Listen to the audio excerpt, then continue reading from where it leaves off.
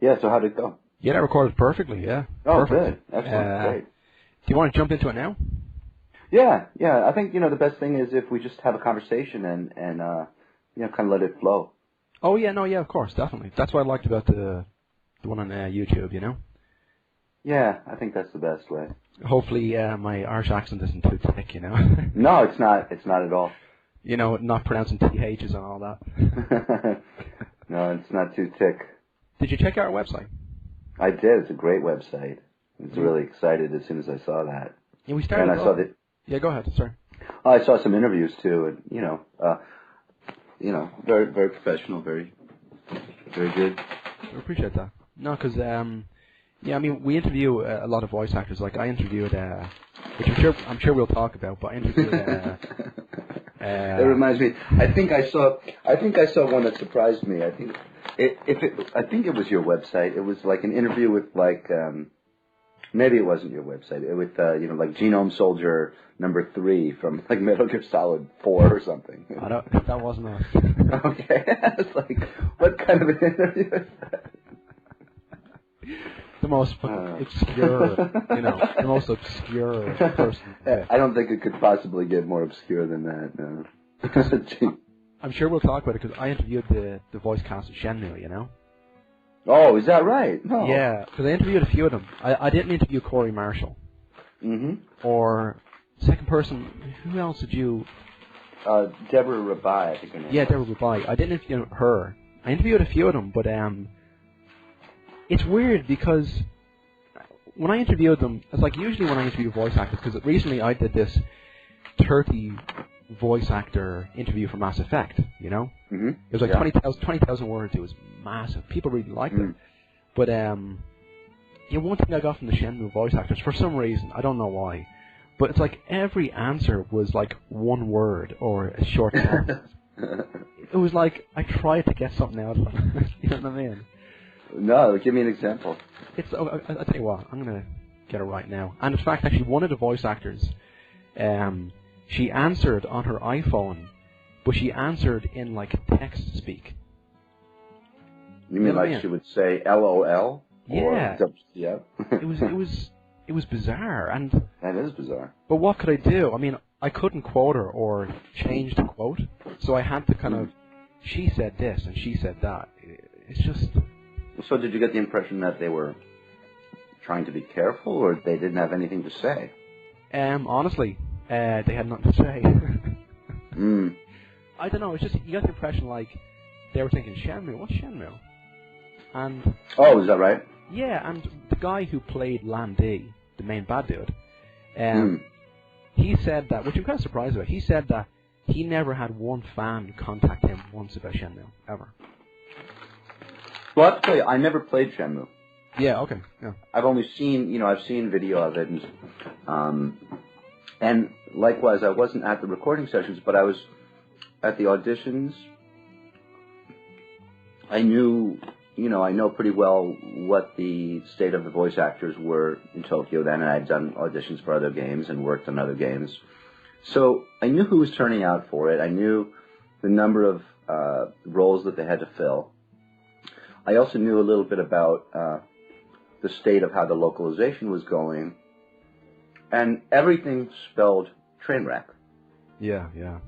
It takes a lot of things to do a good recording session, and when you're running around like a chicken with your head cut off, it does not bode well for the future of the project. Yeah. So I was certain it was going to be big problems, and I was very, very relieved not to actually be involved. Well, I'm sure we'll get into it, but wasn't it 70 million? 70 million was the budget. Yeah, that sounds right. That's insane. Yeah, it's insane. And the thing is, I mean, because I played Shenmue back in the day, and I mean, I loved it. I really did. And even when I play it now, even though it does feel extremely kind of wooden, the animations, the voice acting especially, but it all feels so wooden. But I think the only thing that saves it is kind of nostalgia. You know what I mean? For me. Yeah. But yeah, look, even back then, the voice acting was whoa. It was. I always joked to myself and my my brother that it was a game so realistic that it perfectly captured the boredom of everyday life. I know. Sure, in the game, every day you get your allowance. Yeah. And everybody I think says, I'll work on a forklift for the day. Exactly. And that's when the game got crap, you know what I mean? And everyone said the same thing. Once they got the allowance, they went to the arcade. Right. You know, it just pissed it all away. Right. But yeah, like, I asked all the voice actors, tell us a bit about the recording process, and how did it go, and all this and that. And one of the voice actors got back, Leanne Hart. She played... Oh, Lenny Hart. Yeah, yeah. You know who Lenny Hart is? Doesn't she do, like, announcing for boxing? That's right, not boxing, for Pride. Oh, yeah, The voice of Pride. She's real well known in MMA circles for that. Yeah, and she did some work for me on Silent Hill, I think it was 3. Oh, a small part. Because she's the one who got back in shorthand, kind of, you know. Oh, really? Yeah, I don't know. I mean, the thing is, I usually sometimes have to kind of chase them down. Like, let's say they say, yeah, I'll do an interview, any voice actor. And sometimes they won't get back. Now, the thing is, I mean, I'm totally up for a voice actor just choosing not to take part, you know. But I'll always send one more email to just see what they say. But she finally got back, and it was in shorthand, so I had to just extend it. But even when I extended it, it's only one line. I said it took around 3.5 days to record. Wait, you mean she responded vocally, but in shorthand? No. She responded just on Facebook, you know. Oh. Funny enough, this is actually the very first interview I'm ever doing that's on Skype, you know, like one-to-one. Oh, that's interesting. Yeah, I mean, it's usually, you know, email or Facebook or stuff like that. But I kind of don't like having to think about things too much before I say them. Yeah. Plus, even the fact that sometimes by text, it's hard to get across what you really mean. Yeah, You know absolutely. what I mean? Absolutely. It's not very real. Yeah. So I tell you what, we'll jump into this, but like I said, but I haven't written down dead set questions because I don't like to, you know, okay, next question, read it off, next question. So I want to have a dialogue. Yeah. Yeah. So give us an idea of your background and growing up. Okay. Let's see. I was born in Long Island, New York. Grew up in a very Italian Catholic neighborhood. We were one of the few Jewish families there. A lot of anti-Semitism growing up, actually. I was born in '66, so you know we're talking late '70s, and you know this town was kind of a throwback to the '70s. It remained in 1970s land for a long time. And Pink Floyd, long hair, denim jackets, pot, beer. The whole mood was 1970s. And then in 1980, we moved to Skokie, Illinois, which was famous for the Nazis having marched there. Yeah. And we're marching there that year because this was an area that was had a very high percentage of Holocaust survivors, Jewish, a very Jewish suburb. Yeah. And so it was a real culture shock for me because I went from 1970s Led Zeppelin land to the land, you know, that was very anti-Semitic, to this Jewish suburb, very preppy, short hair, all of a sudden, and what were those jackets called? Those members-only jackets, you know, and people listened to, instead of Led Zeppelin, they listened to, like, REO Speedwagon, and, you know, and then right then in 1980, Ronald Reagan became president. Rock and roll died. Flock of Seagulls came in, along with Safety Dance and all that nasty 1980s music, you know. Big hair bands. So it was really strange for me. It was a tremendous disconnect between my past and everything. There was no internet then, so didn't really stay in touch with anybody. And it might have had something to do with me eventually going to Japan. Yeah, when did you learn Japanese? Like, when were you interested in that whole culture? When I got into college, I think I felt so.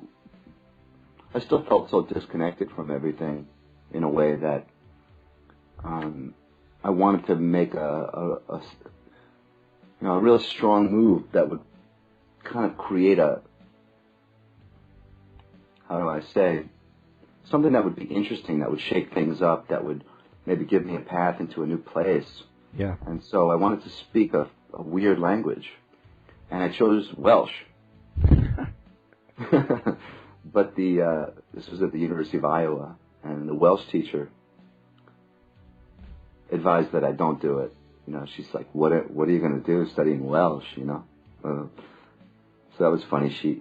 The Welsh teacher advised me not to do it. Yeah. And so I picked Japanese, but my folks wouldn't let me study Japanese my freshman year. They thought it was too unrealistic. You'll never learn Japanese. So I started studying it my second year in college.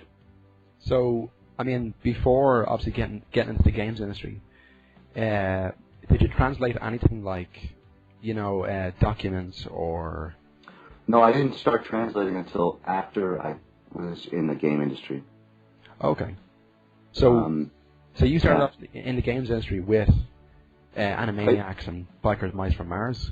Actually, it started a little bit earlier with a really unsuccessful few-month job at Jalico. Yeah. Probably no one remembers Jalico. Do you remember Jalico? No, it's before my time. Jalico, I think it stands for Japan Leisure Company. Yeah. A now defunct Japanese game company in Chicago. I had a couple of years of Japanese, but I hadn't lived there yet. Got this job at Jalico. The president there was a guy named Howie Rubenstein, who his claim to fame was that he had been the sound designer for Q*bert. Oh, wow, yeah. Yeah. And Jalico, they did some of their more well-known games were Bases Loaded, yeah, Shatterhand. We're talking back in the 8-bit era. So what was a lot? But I assume you were mainly translating the text. No, I wasn't. Well, no, I was hired as a associate producer kind of thing, and we brainstormed about game ideas, and part of the job was to make requests to Japan.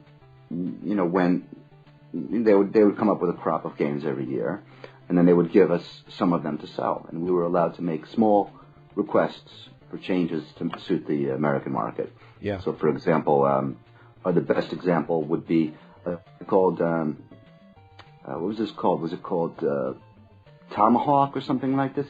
The original Japanese was God, my brother would know this better than me. The English name eventually got to be called Wampum. So it was made into an American Indian, with a tomahawk. But originally it was a Japanese, like samurai. And so they made small graphical changes. And so anyway, my first translating experience there was I was asked to write a letter to the Japanese developers explaining what changes we wanted in Bases Loaded 3, I think it was. Yeah. And I tried to compose a letter in Japanese, and it was just a stunning failure. And the Japanese guy who was above me, not really, sort of my boss, not really my boss, but he read the thing, and he said, "This is completely unintelligible. This isn't Japanese." And I had spent, I'd probably spent a week writing this thing. Yeah. It's an impossible thing to do. First of all, written Japanese is not even like spoken Japanese. Yeah. You have to write things in this, incredibly formal style, and you use compound Japanese phrases that you don't use in conversation. So it was completely beyond my ability. In fact, it's very nearly beyond my ability now. Yeah. But so he read this thing and he was like, "It's unintelligible," and I lost it. I went off the hook, and I got really angry. Asked him why he didn't help me and why didn't you? And I got fired that day. And he said, "The first thing you got to learn is you don't lose your temper in a Japanese company. Bye." So there's no way you can challenge the higher ups at all? Well, I'd like to say no. Yeah. But I'm sure there's a way, but it's not that way. That's for sure. Yeah. Maybe wait until, you either go around or you wait until you go out drinking and you get drunk, and you can do it at, if you're drunk, you can sort of do it and say, oh, I was drunk. But no, you don't get mad on the spot. So you're saying they changed the character from a samurai to an Indian? Yeah. But do you think those kind of changes are so far gone now? Because obviously changing the graphics of a game nowadays would be, quite a feat to undertake. Yeah, so that's certainly gone for that reason. But there's another deeper reason, and that's that the development teams, the R&D teams, are game players. Yeah. That had strong ideas about what they wanted to do, and they did it for the only audience they knew, which was other Japanese people. And they did it in such a detailed and specific way that the Western audiences followed them. They weren't writing it for the Western audience, with few exceptions. But at some point, I think they lost confidence. Grand Theft Auto came out, and localization is sort of related to this issue because a Japanese game company couldn't do a Grand Theft Auto. It's just too specific to the American market. Yeah. What do they know about Vinnies and and cannolis and whatever, and prostitutes on? Yeah. It couldn't be done. And they tried to do it, and somewhere along the line they lost confidence in their own vision for creating games. And somewhere along the line, the American audience decided they preferred more specific, games that were more specific to them.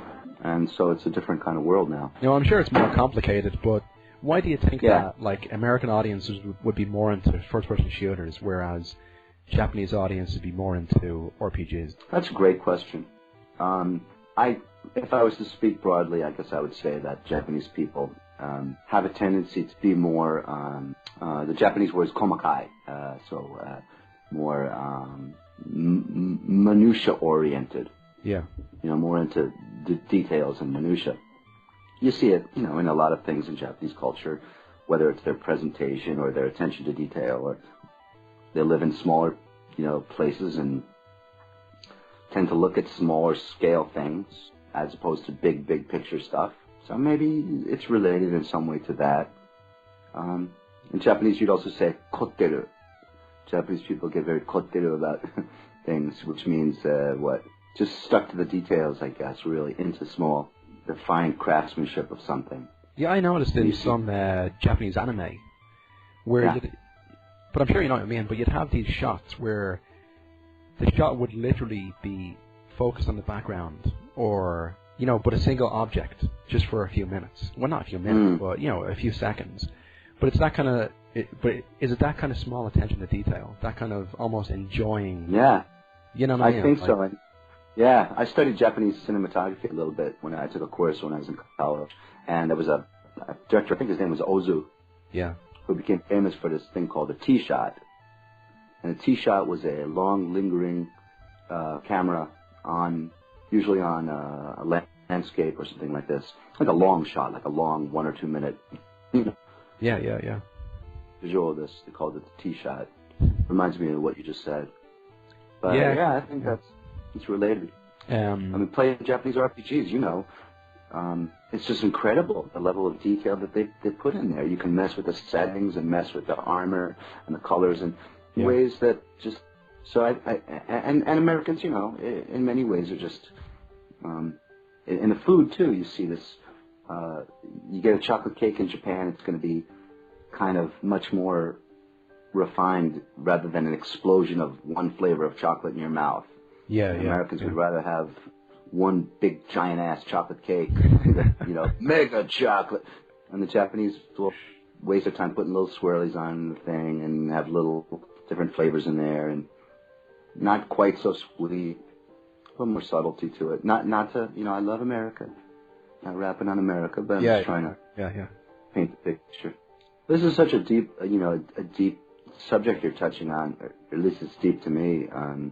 It's been written about in relation to comparisons of Japan and the West before, and it has to do with showing things nakedly or leaving them in shadow. In fact, there's a book by this guy named Tanizaki called In Praise of Shadows, right? And he talks about how the traditional Japanese bathrooms, for example, were dark, Yeah.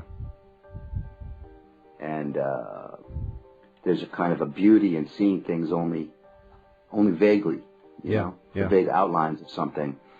And now Japanese bathrooms, like Western ones, are, you know, they're white walls, everything's white, so you can see whether it's clean or dirty.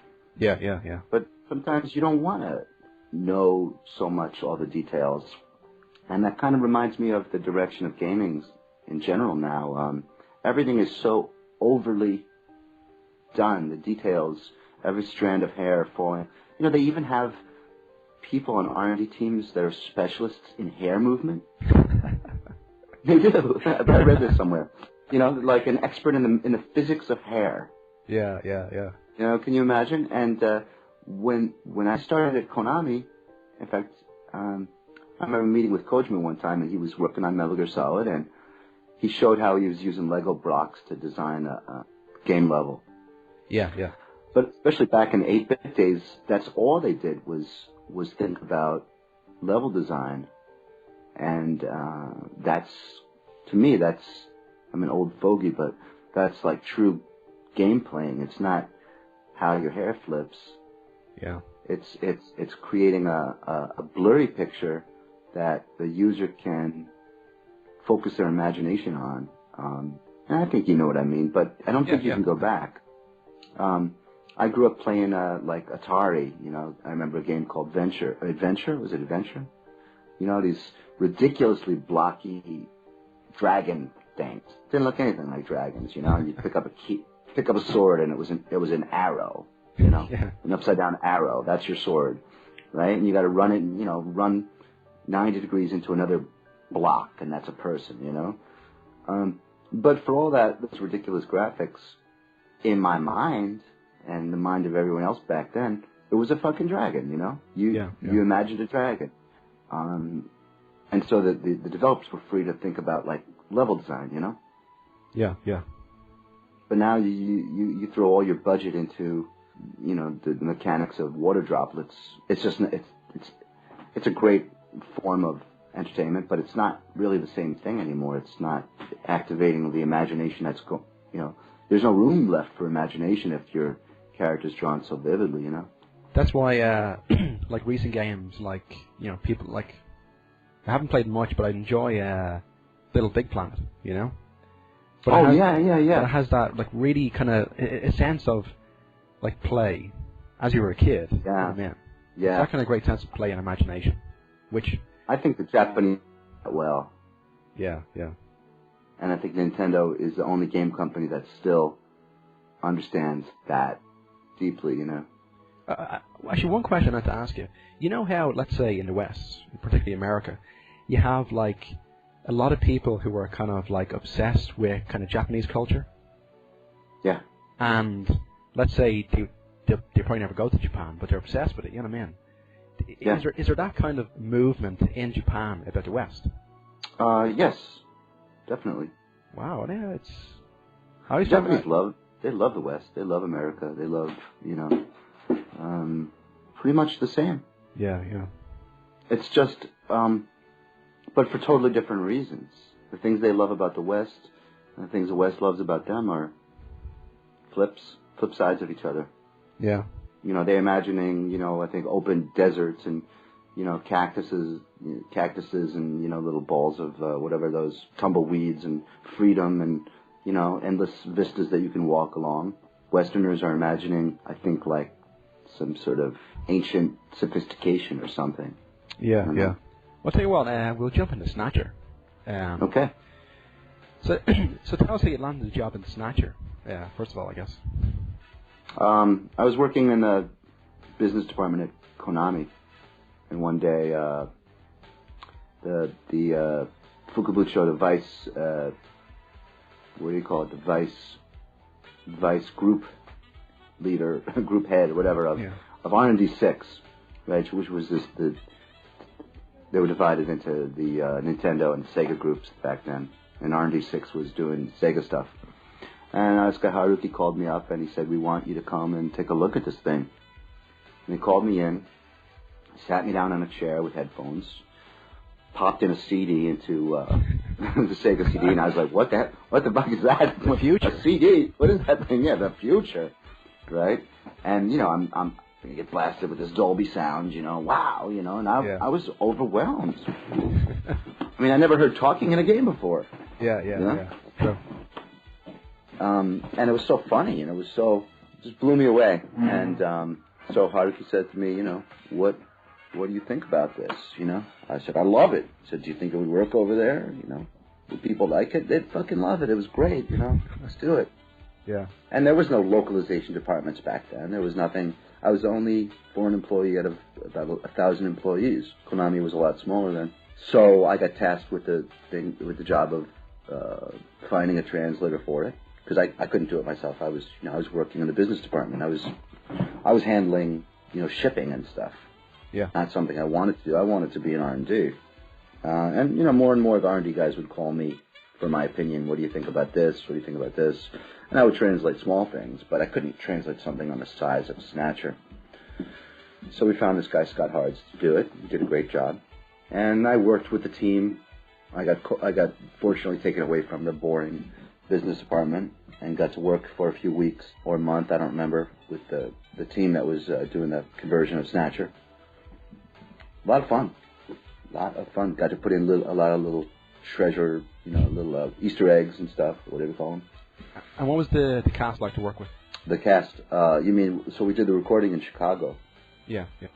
This was fun. I had my twin brother, Michael Blaustein, was working at Konami in Chicago, not entirely by accident, and so I went to Chicago, and we got a studio, and we had auditions, and actually, I don't even know if we had auditions. It was more like, because this was on the fly, there was no budget. They didn't do voice recordings back then. Yeah. But was there an impression of, like, this is the... It was the most fun, Dennis. It was fun as hell, because, these guys all knew each other. In fact, I should send you this photo I have of the only recording photo, I'm sure, of the Snatcher group. I'll tell you what, if you send that, that'll be the kind of header image of the entire article. Oh, great. I'll have to get a better high-res picture of it. So anyway, it was so much fun to work in. We had a huge studio, so everybody was in the booth at the same time. We didn't audition, but we had to cast them. Yeah. So who should do what part, It was all fly by the seat of your pants stuff, but actually I really believe these days, that the only thing you need to do a good job directing and getting good work out of the people is to actually really, really care, to know what you want, and to make sure you get it. As long as you get that, it doesn't matter how you get it, but you can't settle for woodenly delivered lines. You have to have the time to do it. But as long as you have a free hand and you have enough spirit to care to get what you want to get, and you're devoted to the project, you're going to get it. Even with amateur actors, eventually you'll get it. It'll take, 4 times as long. But if they have some talent, you can pull it out of them. I mean, some people, of course, you can't. But so I don't mean to overstate it. But you can get good stuff from the right amateurs for sure. But was there a feeling that this was like one of the first kind of CD-ROM voice acting games? You know what I mean? Yeah. Was there a feeling that you're at the cusp of something completely new? Completely new. Yeah, there was. Was it intimidating? I don't remember feeling intimidated, no. Yeah. It was just really exciting and fun. Yeah. And I knew we were getting great stuff. And people weren't looking over your shoulder then, Yeah. It was like, it was much more like playing. Companies weren't thinking only about, maximizing their profits, and it was just so original. In a way, we couldn't screw up because nothing like it had ever been done. Yeah. Obviously, it didn't sell the best, did it? No, it was terrible. It was a fucking tragedy. It was Do you know how many copies it sold? I don't. I don't really know, but I can tell you I'm almost certain it was not over 1,000. In America? In America. Wow. Hell, I don't know, maybe worldwide. I mean, I was doing shipping then, believe me, it was a train wreck. I think we had 600 sell through in America. And did they put the blame on anybody in particular? No, I don't recall there being anything other than a feeling of disappointment. And I think most people blamed it on the fact that the Sega CD itself was basically an abandoned peripheral device that was before its time. Definitely. There was so much crap those days. I remember the 3DO guys coming and trying to sell us on 3DO. The wave of the future, 3DO. Yeah, there was loads of those kind of new CD-ROM systems just springing up. There were so many. Yeah. And I'm sure the Sega fanboys will attack me on this one, but wasn't there more than one model of a Sega CD? I think there was. Yeah, there was one that piggybacked right on top of it. There was one that went on the side, I think. That's ridiculous. But the other Sega CD game that had come out at that time was this one that attracted a lot of negative attention. It was I don't remember the name of it. It was like a sleepover horror movie with girls doing a sleepover. Oh, I actually reviewed this for TGL. Yeah, you remember what I'm talking about? Night Trap. Night Trap, Yeah. And so terrible, fucking terrible. It was fucking terrible, and at the same time, it also pulled away the limited audience that there was towards that, probably. Yeah. And the wars with Nintendo were pretty fierce. Just didn't work out for that reason, I think. But I never understood why they didn't try to release it on a different thing. But I have to tell you here, Mr. Kojima himself was not interested in this project. Oh, no? The conversion of it to for the American audience, I would say, zero interest. Wow. He never once came by during the process, even to see how it was going. It was all entrusted to the people in R&D 6. Because, like I said, he was, although he was really into Western movies, he was into the Japanese audience.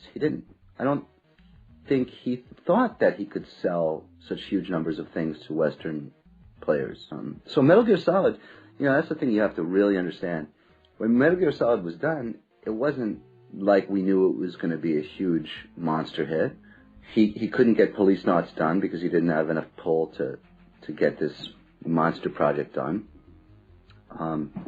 So when they did Metal Gear Solid 2 and 3 and 4 and 5 and 6, this is on the heels of it becoming a masterpiece, becoming a huge mega seller because of 1. So I just think it's kind of funny that the fact that they couldn't duplicate the voice quality of 1, the acting, and whatnot, even when they were totally aware that this is a blockbuster, speaks to the fact that acting is, it's an organic thing, and the reason those guys sounded like they were copying themselves is because they were running over ground they'd already run over. Voice actors don't enjoy doing something a second, third, fourth, fifth time. That's why I never felt that rehearsal is a good idea either. You want their first read on something. It's always the most passionate, the most spontaneous. So when they did Twin Snakes, man, I know what they did. They listened to the lines as they were done from 1. Yeah. And they tried to duplicate it, which is not going to have a good result. Which is pretty much sound like an impression of what they did before. Yeah. One question I have to ask you, even though it was before your time in Konami, as far as I know, SD Snatcher on the MSX? Yeah, it was a little bit before my time, but I know a little bit about it. Was there, just a quick question, because I'm sure people would be on me if I didn't ask, maybe, but was there ever a talk about porting it to a newer system or given an English translation? No. Okay. No problem. Not to my knowledge. Yeah. And because it was old hat by the time. Yeah. So why would they have done it? Kojima considered Snatcher to be, I don't know if you know, I think SD Snatcher, it ended prematurely because he ran out of memory space. It doesn't have the last few acts or something that are in Snatcher. So it was incomplete from his point of view. And so from his point of view, Snatcher completed what he wanted to do in SD Snatcher. Yeah. I think that's a fair characterization. So for you, fundamentally, for you and... by the way, I just want to mention, as a game player, I played Metal Gear, original Metal Gear, when I was in high school. Yeah. As a game player. Oh, before I ever. the original. Oh, yeah. Original. Yeah. Yeah, I loved it. Loved it. It was one of the games I enjoyed. Excellent. Yeah. Talk about stupid translations. I remember in Metal Gear, the original, 8-bit one. Yeah. I remember reading the manual, and it was like the bad guy was called Cad Daffy, like Muammar Gaddafi. Like he was a cad. Get it? A cad. Yeah. And, that was about the level of those days of the translations. So I tell you what, like for you, fundamentally, work completely changed with the arrival of the CD-ROM and voice acting. Yeah, and that was right when I left Konami. Yeah. I had a baby. Yeah. I didn't want to really be doing business stuff in a tie, commuting on the subway every day to, I was in a game company, and I was like working on primitive computers, following shipments. Yeah. And I just felt like, man, it's not what I want to do, and I don't want to raise my baby in a, little tiny apartment in Tokyo. And so I left, and translation made sense. Moved back with the mom, with my new wife and baby and the mom. Started translating, and I started getting some, game jobs from my connections in Konami. Yeah. I think what was probably the first one might have been Vandal Hearts. And then Castlevania. Yeah, something like that. Yeah. There was what was the other one? Vandal Hearts, Castlevania. Yeah, those types of things. So that was my first paid translation stuff. I was doing other things at the time to pay the rent, contracts or patents and stuff. So back then, not a number, but what was the kind of pay? Was it good? Like back then? It was good. Oh hell, it was good, man. Yeah. It was good back then. Try to imagine an industry where your price per unit has dropped in half 10 or 15 years later. Wow. That's what the translation is like. So no, I was paid much better back then. Yeah. Wow. There was no one doing it. There was no one really that they could turn to. I was the best because I was one of the very, very few. Yeah. And I cared enough to do a good job. On Metal Gear Solid, I did a good job because I was given 6 months to do it. Nobody gets 6 months to do a localization now. Yeah. People expect it, whip right through it. There's just no appreciation for it as being part of the process of development, I think. So that's a great thing about Kojima is he seemed to really understand that this was a worthwhile and important thing, and I threw my heart into it. I had tremendous respect for him from Snatcher and from I don't know if I played any Metal Gear Solid. Maybe I saw some workups or something, but I just thought this was going to be the greatest thing ever. And damn it, and it was a great script, Yeah. And it was a great. It was really exciting. Kojima had done so much homework, researching all these different things. It was tremendously challenging because I had to learn up on nuclear technology and weapon systems, and it's in Japanese, so I had to find the correct terminology for tons and tons of technologies, and then I had to find military jargon. I had to speak in the manner of speaking that a military guy would speak. So I spent all this time researching different things and try to sprinkle them throughout the text. Like I would say pineapple. I would say pineapples once instead of grenades because so I read, and there wasn't like an internet. You couldn't go to Wikipedia then. Yeah. So I was reading all this like military novels and stuff, just desperately trying to pick up a sense of style for how this character might speak or this character might speak. I made up all sorts of things, on-site procurement, Like, I made that up, but it's funny, I'm looking at Metal Gear Solid 2, and they used it again. And I'm like, haha, that's funny because that's not really a phrase. I actually made that up, So, and for Metal Gear Solid, what were the voice actors like to work with? Because I actually forget where I heard it. It could have been an interview with one of the voice actors. But the actual the recording studio wasn't the best. Yeah, it wasn't. No. No, it was this place called Zero Productions. It was like a. I think there's a lot of these in Hollywood. It was like a, wasn't the best, okay? But they don't have to be the best, so it wasn't like it was a problem. Yeah. The actors were great to work with, every last one of them.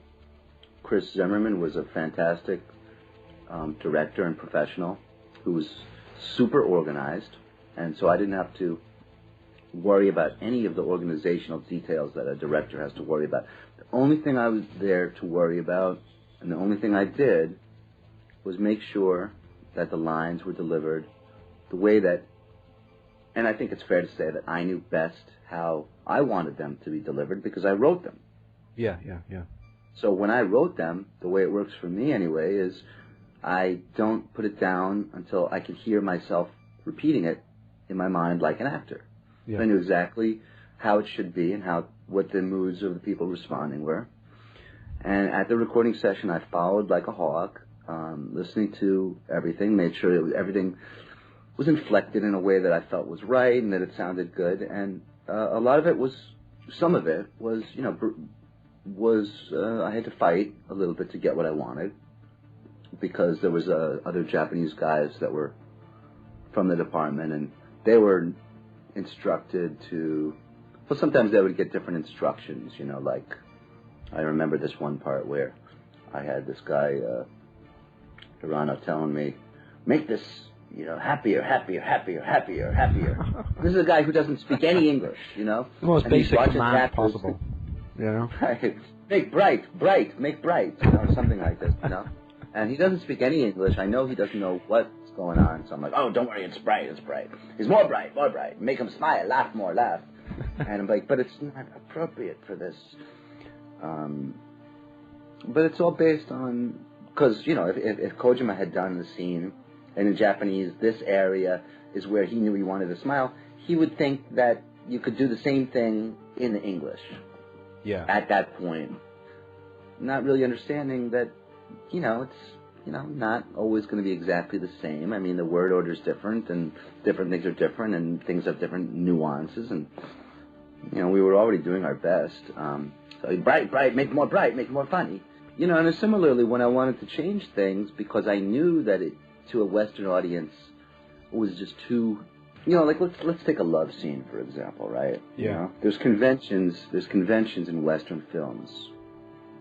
You'll go to one film and you'll say, God, that was, it was horrible, it was so cliched, or it was so sick-making, right? Yeah. You'll see another love scene and you'll say, well, that was, I really appreciate this about it. And show the same thing to the Japanese audience, but because of their different places that they're coming from, they won't see the cliche as being a cliche. They might see it as being, beautiful and sweet. Yeah. Because they haven't seen 20 films with the same thing. So, particularly Kojima, being a big fan of Western films, he would take things that to us are like cliches because they've been done over and over and over and over and over again, to the point of being, sick-making. Yeah. But I knew that it wasn't that Kojima has bad taste or whatever, because he's working in the Japanese environment, and so to a Japanese audience, it has a particular reverberation for them. But you take the same thing and give it to the American audience, it's not going to have the same reverberation. So the fans that say to me, or say on their little comments, that I changed something, what they don't appreciate is that I'm actually changing it to be more accurate. Yeah. Not less accurate. I didn't have any interest in making it less accurate. I only wanted to duplicate it in the only way that it could be done, which was by changing it. So, figure that one out. But that's the way it is. But there was, you feel that there was some kind of interference from the kind of higher ups. There was. Yeah. There was some. No, there definitely was some. What am I saying? Yeah, man. Not a question. Love blooming on a battlefield. Oh, God. Who do I have to punch over that one? I don't want to give you his name. But, the thing is, you just can't explain it to some people. Yeah. No, I know what you mean. I mean, it's hard. But you're in a good position because, you're fully aware, completely aware of American culture and Japanese culture. You know what I mean? Well, I'm more aware than, some people. Yeah. Less aware than some people. I do okay. Yeah. I mean, do you think maybe particularly the later Metal Gear Solid games, which I know you haven't worked on, but do you think, like, Kojima has too many yes men around him? You know what I mean? Like, almost a bit like kind of George Lucas, where no one is going to say no to him, basically. Well, Dennis, there's no question about it. Yeah. So the answer is yes, man. Yeah. And undoubtedly, he's the boss, and he's a great boss, man. That guy knows how to use a team like nobody else. Oh, yeah. But, cross-culturally, he's not the man that you want to really be talking about cross-cultural issues. He's not going to know how to, maybe better now than he did then, for sure. But back then, I'd say he had zero knowledge. And do you think at this point in his career, or even back then, is he making games for the West or Japan? I think I can't really answer the question, but the answer would be the West. Yeah, I guess I can answer the question. It would be the West. Simply because of the market size. I think precious few people make games just for the Japanese market, because there isn't one. Yeah. Now, do you think that... Well, certainly not Kojima. No, he's too big. Do you think that happened after Metal Gear Solid? Like, he totally changed his priorities? Yeah? Well, I think he was thinking about the West for Metal Gear Solid too, but not to the degree that he is now, for sure. So, I don't think it changed his priorities, but I'm sure that he's, gone further in that direction. Yeah. But I guess, like any good director, I'm sure you'll agree, without being a bit of a... God, what's the best way of saying this? Without being too kind of harsh, or like too much of an asshole, basically. You wouldn't really kind of get a game together. You know what I mean? You really got to be... Yeah, oh yeah, absolutely. And that's sort of the irony of my position, is that it's on a smaller scale, but in the same way, you can't get a good voice recording done without being a little bit of an asshole. Yeah. And not having people bugging you. The best work that you can create is get the fewest hands involved. Yeah. Otherwise, it's like art by committee, and everything gets turned this beige color. Metal Gear Solid was a great script because I didn't give it to 5 different people to translate. Yeah. I did it, and that's not because I'm the greatest, but I had the time. I write reasonably well. I have a good ear for dialogue.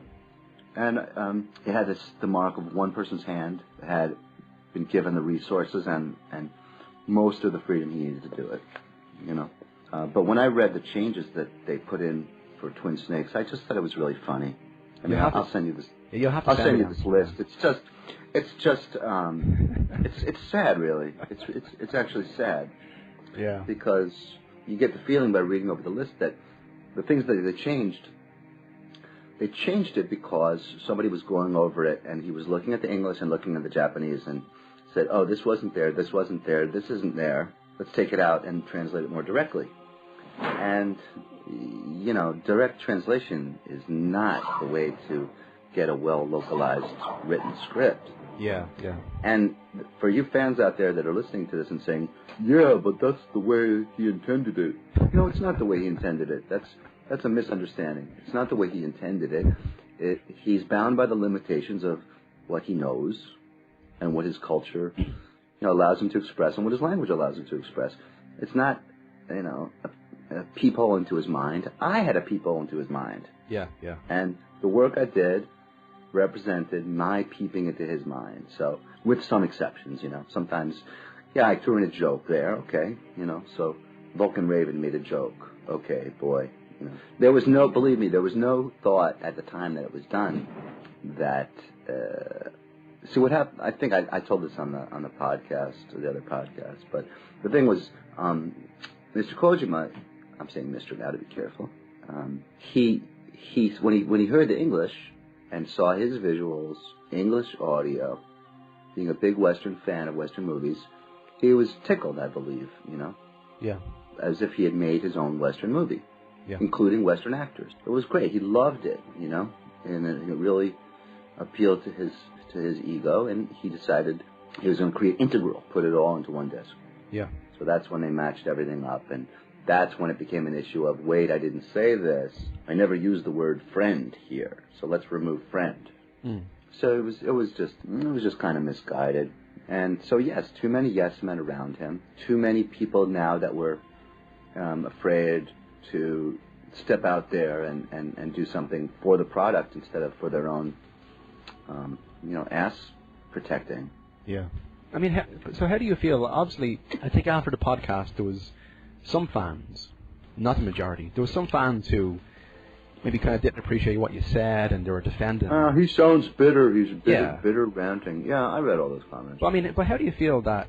I mean, look, a vast majority of fans, myself included, really appreciate the work you did on the first game, and think that it was a huge loss not to have you back for the following 3 games. Like, does that make you feel better? It makes me feel great. Yeah. It makes me feel. I'm just a regular guy with a family. Yeah. This happens to be my job. It's a weird, unusual job. And especially back then, I tried to do my best at it before I started worrying about, like pissing people off or, But no, it makes me so happy. And sometimes fans will write me an email or catch up to me on Facebook, say I became a translator because of you, or I want to study Japanese. Makes me happy as hell. Excellent. Here's a question: are you disappointed that you're kind of mostly known for Metal Gear Solid, in some ways, or would you prefer to be known for another game, especially? No, I never really thought about it like that because it's just the way it is. Yeah. Metal Gear Solid was a huge hit, and no, it doesn't leave me with feeling much besides real happiness and pride that I was able to do that. And if you hear a little bit of bitterness in there too, well, it's because I never got any acknowledgement really from, it sold very well. It launched the career of, a lot of people, and some of them were artists, some of them were sound people, and it wasn't like I had nothing to do with it. It was a lot of work and a lot of, but I'm very, very happy. There's a lot of luck involved in just being in the right place, but I know I did a good job, so I'm very proud of it. Proud. Well, I think we'll leave Metal Gear Solid there because, but I know you covered a lot on the podcast. Yeah, let's leave that goddamn thing there. But you know what I mean? But I know you covered a lot on the podcast, and I'm sure you don't want to be fucking talking about it for too long. You know what I mean? No, I agree. So yeah, I mean, Dragon Quest VII, you did shortly after. Yeah. I mean, that script must have been huge. Absolutely huge. This was a big problem. A problem? Oh, it was an enormous problem. Tell us about working on that game there. I got approached by the guy I did Valkyrie Profile for. Oh, yeah. Which came out well. Manageable size game. Did voiceovers. A lot of fun doing that one. I got to work with my older brother, Adam, also known as Matty Blaustein, who was the voice of Meowth for 6 years. Oh, yeah. Did you know that, Dennis? Yeah. Oh, yeah. Yeah. Well, he did a bunch of parts in there for it. That was fun. Did it at the studio that was doing Pokemon, so I had a lot of Pokemon people on it. Yeah. Anyway, so we got called to do Dragon Quest VII, and guy says to me, it's 1 million words, Whoa. 1 million words, yeah. Ouch. And we need it in 6 months or something like this, And just in comparison, how many words around was Metal Gear Solid? I think I would just have to estimate, but I would say it almost certainly wasn't more than 100,000, maybe. Wow. I don't know. I'm not really sure. I'm not too sure, but... So Dragon Quest VII was a hefty undertaking? It was beyond hefty. It was there's so many speaking roles. Yeah. And when it turned out we got the asset, the way a client gives you the asset is going to determine how well this thing goes, especially something this size. We were given an asset it was like a text dump that had the lines. Now, you're not going to even believe this, what I'm about to tell you. It had the lines, but it didn't have the names of the people that were speaking the lines. Oh, my God. Yep. Sounds like a nightmare, huh? How did you actually work it out? Who said it? Well, it's a little bit complicated by the fact that I had a computer programmer that I was working with and later partnered with design a system so that all these translators could work together online. And it stripped the code out of the lines, retained vocabulary, retained the translations, allowed us to see each other's work, bringing it together and stuff like that. We signed out the work on Dragon Quest VII by character to translators. Yeah. So we couldn't easily see who had spoken what, but we could break it up because the name of the character was signaled to the program by some code. So we gave, I know we started with something like 25 translators, I believe. Wow. And we gave them broken by character, which is a great way to get one character speaking in a consistent voice, but you don't know the context that you're speaking in, so it's a bit of a problem. Mm-hmm. Whereas if you cut it up the other way, you'll have one person translating multiple characters from one chapter, for example, and he'll know the whole chapter, the whole story, but it will be inconsistent across chapters, and blah, blah, blah, blah, blah. So this is the way we chose to do it, and it was a nightmare, and we had a lot of deadlines to meet. Oh, another massive problem with translations that game companies don't understand is they always want the translated text a little bit at a time. Yeah. Just give us what you got.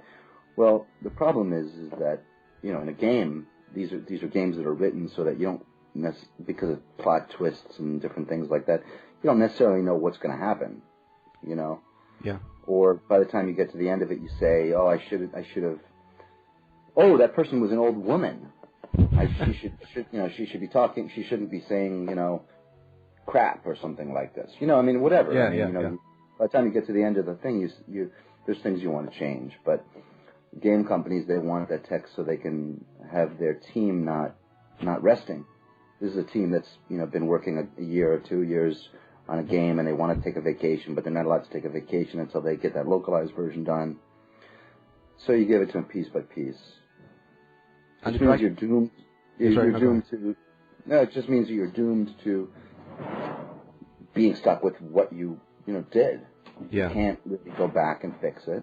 And so all these things made Dragon Quest VII just a monstrous, horrible task, And it was so different than, for example, Metal Gear Solid, where I was in complete control, and I was able to go back and look at what I'd done and change what I'd done, and because I had a guy like Kojima who wanted the very best product and was able to hold off his people or whatever, and that's what made it a good product, is the freedom. Yeah. But Dragon Quest VII was a complete 180-degree different thing. It was terribly organized assets combined with terrible deadlines, no flexibility because I was working with a product manager who, couldn't really get the team in Japan to do what he wanted to. He had to follow their orders. So it was a recipe for disaster, and if it came out to be anything less than a disaster, that's a success in my book. And were you happy with the actual outcome of the game itself, or the voice? voice? I don't really know. I don't really know the actual outcome other than what I've read about. Yeah. So tell you what. Yeah. So I guess that closes up Dragon Quest VII. Yeah. For you've said on the Hardcore Gaming 101 article, as well as the podcast, that your favorite game to work on was Shadow Hearts 2. I don't know if it was my favorite game to work on. It was one of the ones that I felt that I thought it was a great game, and I thought that we did a great job on the recording, and the end product I was very, very proud of. So yeah, in a lot of ways, it was my favorite thing to have worked on. Yeah. Yeah. My kids just finished playing it. They played the whole game. Excellent. My 16-year-old and my 13-year-old, they finished playing it. They loved it. You know how happy it makes a dad to see his daughter cry over a scene that he directed? Yeah. Oh, it was awesome. It was so awesome, Dennis. No, I have to say that that's one of the kind of games on your list of games you worked on that I have to say, I love RPGs, but I've never played it. But I am going to check it out now, I have to say. Yeah, blame Final Fantasy. I think, I forget what Final Fantasy came out, when that came out, but it came out like the same week. 10, my daughter says it was 10. But Final Fantasy 10 came out like the same week that came out. And, Shadow Hearts Covenant was voted like best RPG of the year. Yeah. by I forget which game magazine, but it was great. I mean, the designers, I'm talking about a really detailed, I think it's a great game, and seeing my kids play it again, I still think it's a great game. The cutscenes are great, the game system is great, it's a great fucking RPG. So yeah, I recommend it. It's got to be one of the biggest sleepers, and also because Midway had no reputation for doing RPGs, you know. I have to say, I mean, I actually wish I could ask more about it, but I really don't know. You know what I mean? Much about it. Sure. I have to say. And I was going to do my homework and actually figure out the plot, but I want to play it.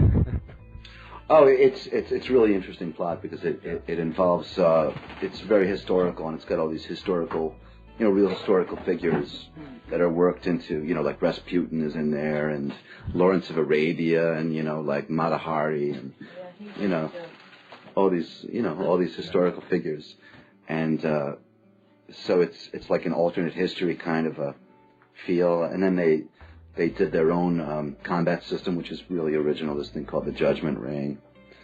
I was really happy with the voice actors, and we took incredibly great care to match the lip flap of the speaking characters.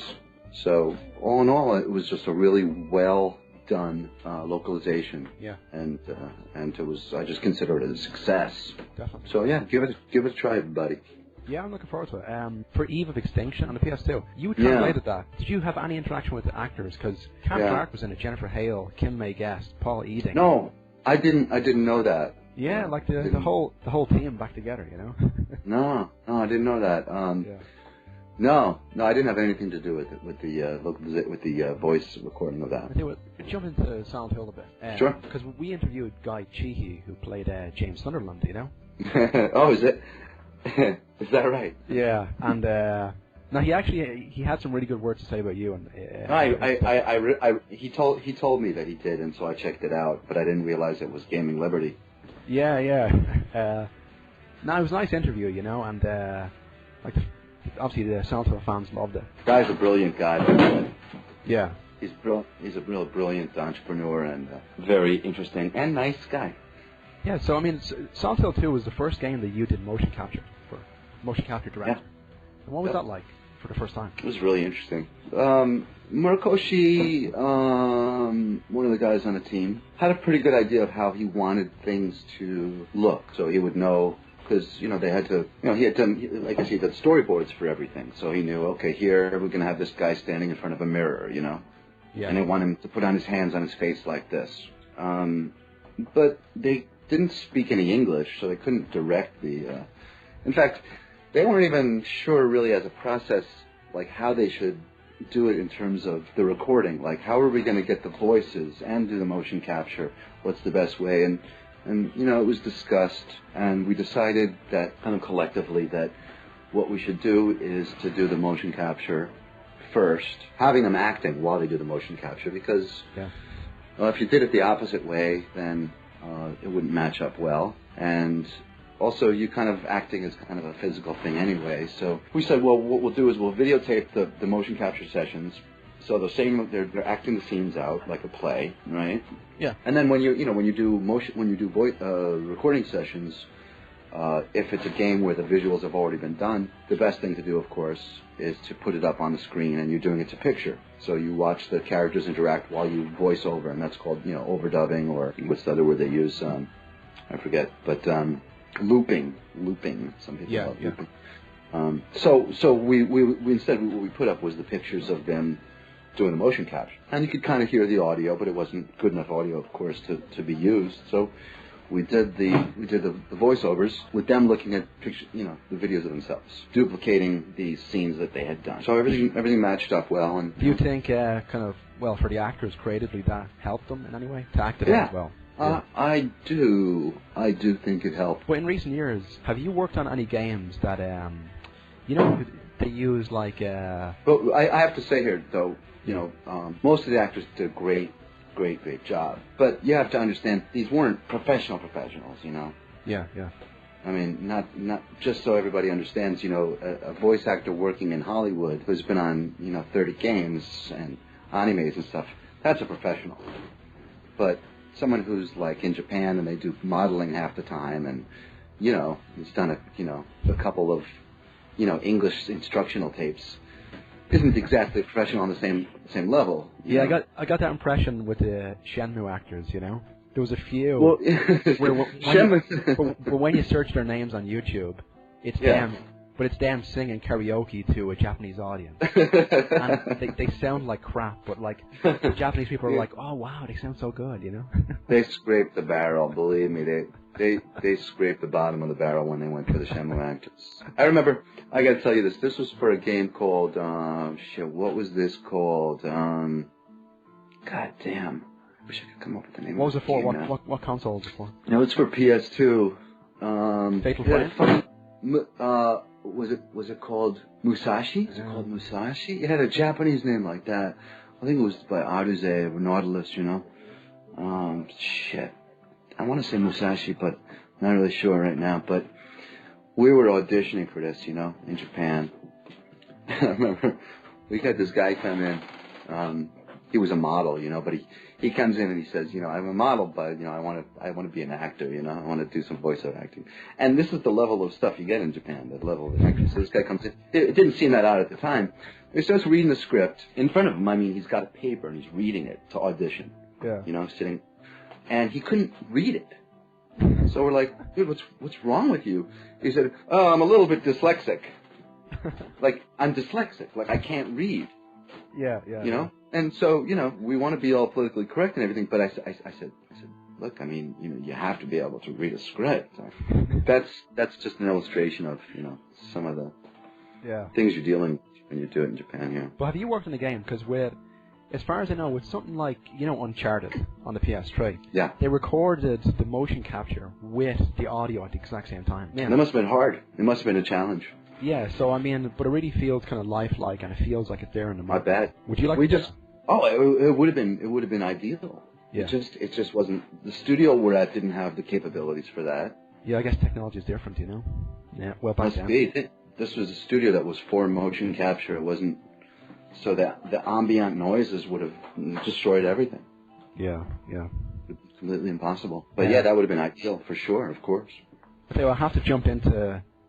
I know you didn't work much on it, but Shenmue, I have to jump into that. Sure, Shenmue.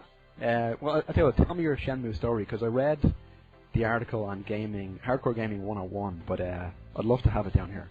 Well, all I can really say about Shenmue is that we were acting more as an agency, kind of like an agency at the time. You know, of course, localization is what we did. And I was in a company other than what I'm in now. It was another version of, you know, doing things by myself, but I was with a partner and another guy too, whose name I won't mention.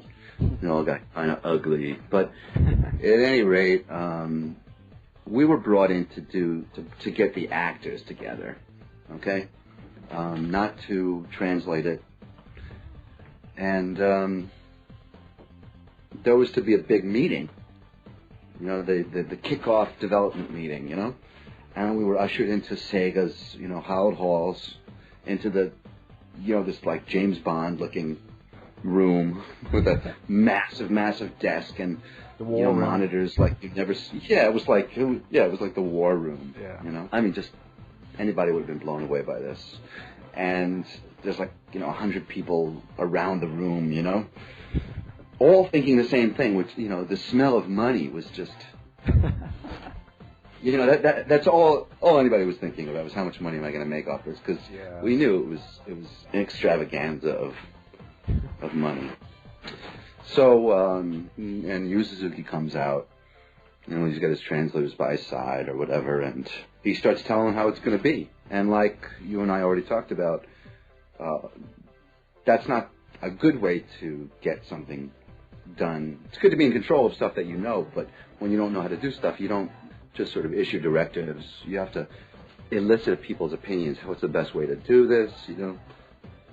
But he kind of wanted things done in a certain way and done his way. Nobody wanted to argue because they all just wanted the money. And so after the meeting, it was determined that it was going to be done in Japan. And we're thinking, oh shit, you know? How are we going to do 200 or whatever characters when there's only 100 voice actors in Tokyo? Yeah. You know, something like this. I don't know if I got the numbers right, but something like that, you know. And half of them aren't professionals anyway. They just, you know, kind of washed up on the shores of Japan. It wasn't even like we had to audition because we had to grab up every voice actor that existed, basically. And then it was just fitting them into the roles. So we had a list of the characters, the names and their ages and their sexes, you know. Johnny, 20-year-old boy. Okay, well, grab this guy. Okay, we'll grab this guy. Yeah. And for some strange reason, I don't know if it was from the Sega side or whatever, but, you know, we wound up, you know, having to cast people, you know, if it was a 20-year-old, if it was a 14-year-old boy, you know, we only had limited information about him, you know, so we wanted a 14-year-old boy, or, you know, a fat guy who sells sausages had to be a fat guy, you know. You know, old lady, okay, we have any old ladies? Let's hear your old lady voice. Oh, but you're doing 3 other voices. Can you make your voice a little higher? Yeah. No, yeah. so we had to stretch out every voice actor we had. You know, how many voices do you think you can do? Do you do an Indian guy? Do you do a Hong Kong? Let's hear your Hong Kong hot dog seller. You know. Yeah, I actually talked to the guy that played.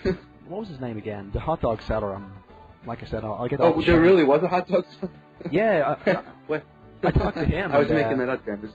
Oh no, yeah, I talked to him, and he said that he was obviously, you know, like a white guy playing a black guy, and I said, how did you prepare for it? He goes, I listened to a lot of Bob Marley. Yeah. So why did the actors have to look like the characters? Well, when you have people that don't have any acting talent, for one thing, you know, a fat guy is to some degree going to sound fatter than a skinny guy. Yeah. You can take it. You know, if you have a professional actor, a skinny guy can do a tough Bronx, New York voice. But when you're dealing with amateurs, the only way you're going to get a tough New York, you know, Bronx voice is to find a guy who's tough and from the Bronx. Yeah. So on some level it was that.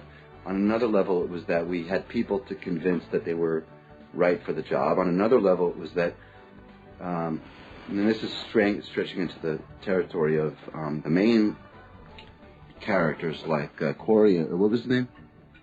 Corey Marshall played Rio. Corey. Yeah, I mean, so this was, the minor roles were like I described to you, but they wanted, Mr. Suzuki had this idea, probably like what you were talking before about this, kind of like Mr. Kojima's love of Western stuff. I think Mr. Suzuki thought that if we get someone from America, he's going to be better or something. Yeah, yeah. Or maybe there just wasn't anyone left, you know. But he wanted for Yu Hazuki a young guy who did martial arts or whatever. And I was given these conditions. He's got to be in his young 20s. He's got to be good looking and, you know, blah, blah, blah, blah, blah. So search for him and find him. And I don't know, we were told to get him in America or whatever. So I set up a couple of audition sessions in New York, brought in 40, 50, 60 people, checked them out. But, you know, this is trying to find a professional, right? Yeah. Who's in his 20s, who's going to be willing to go to Japan and live there for, you know, so it wasn't really in the cards. It's like, that's not how you do stuff. I would say, well, like, you didn't want to do the recording in America, so why do I have to bring this guy to Japan to do the recording? I mean, why don't we just do it in New York? I mean, that's kind of a big city, too. Mm. Some people have heard of New York, and I hear they got a few studios there, too. Everything had to be the way that we were being told to do it. So I wound up finding Corey Marshall, the best among the best. And the rest is video game history. Do you think there was a possibility that he wanted actors that looked like the characters because he wanted to do some kind of, you know, some kind of tour like they did with the Mortal Kombat tour in the 90s? I think that's a very strong possibility. In fact, I think I was told something like that. Yes. Yeah. At least it was going to be for promotional tour. Yeah, I see. Yeah. Yeah. And you didn't work on Shenmue 2? No. Obviously, I have to ask you this because the Shenmue people would hunt me down and kill me if I didn't ask. Are there Shenmue people? Well, there's a huge fan base of Shenmue Online. Massive fan base. Wow. They just didn't buy the game when it came out, you know? I see. Well, I have to ask, no indication of back in the day about Shenmue 3?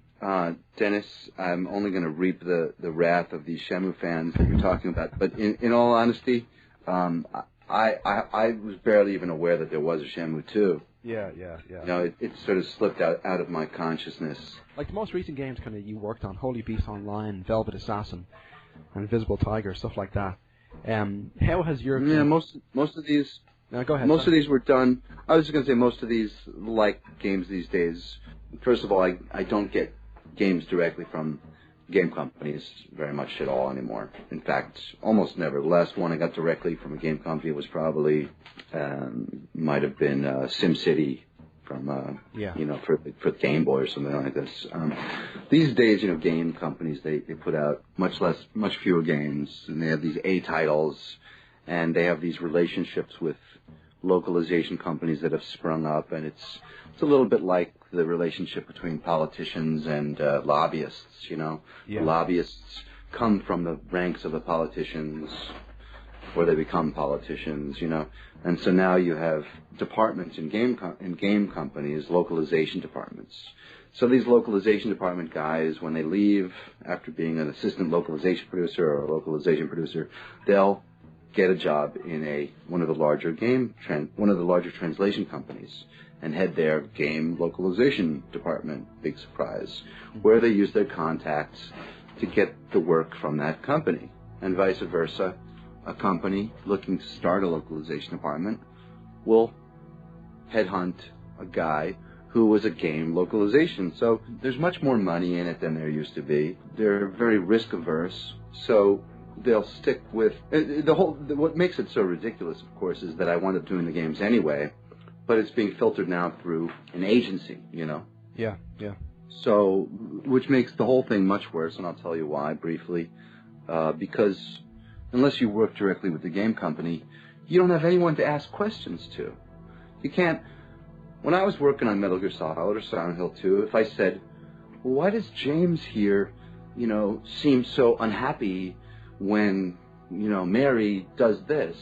And I'd have, you know, Mr. Owaku would say to me, well, you know, it's because, you know, and I could discuss the, you know, inner psychological feelings of the character before putting it on paper, and that's going to get you much better product. Well, I mean, but when you go, yeah. But I guess it helps having that kind of context for you as the voice director or localizer, you know? Yeah. So, but when you get it through an agency, you have this extra layer between you and you're not going to be able to contact the game developer. You're never going to speak to the person that wrote the original Japanese. You're going to have a much tougher time deadline. You're going to be paid much less. The translation agency that's working with the game company doesn't want to complain to the game company, this doesn't sound right or anything like that. So all of these things contribute to it being a less of a team effort. Yeah. And they prevent you from really doing a good job. So these games that I've worked on recently have not come directly. They come, you know, you get a few Excel files. If you're lucky, you get a reference thing that might show you a picture of the character, but you don't have the time to do it anymore. They might say, we got 50,000 words, we need it in 3 weeks or 4 weeks.